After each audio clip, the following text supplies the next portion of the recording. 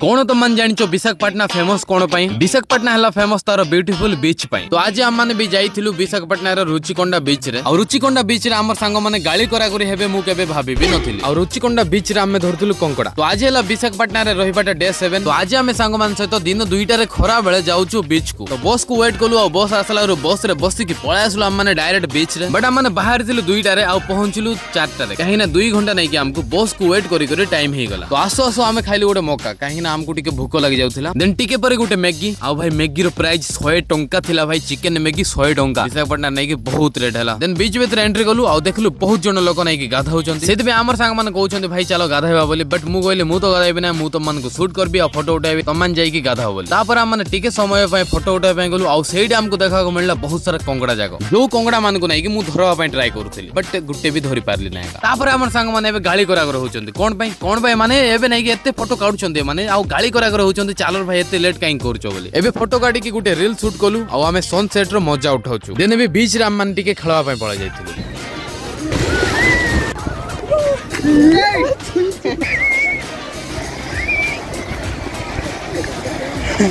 आउ भाई एबे ई बीच नै कि बहुत जण लोक माने गाधाइबाटा देख कि नै कि मते भी फील होतला गाधाइ पय। बट मते नै कि टिके डर लागुतला। मोबाइल अछि मोबाइल रखि ना गाधाइले भल नै बोली। सेति मु गाधाइ नै। बट मोर सांगो नै कि जाई कि ना गाधाइला। तो बीच रे भुला बुली करी कि एन्जॉय करी कि एबे माने पळा आसलु घर को।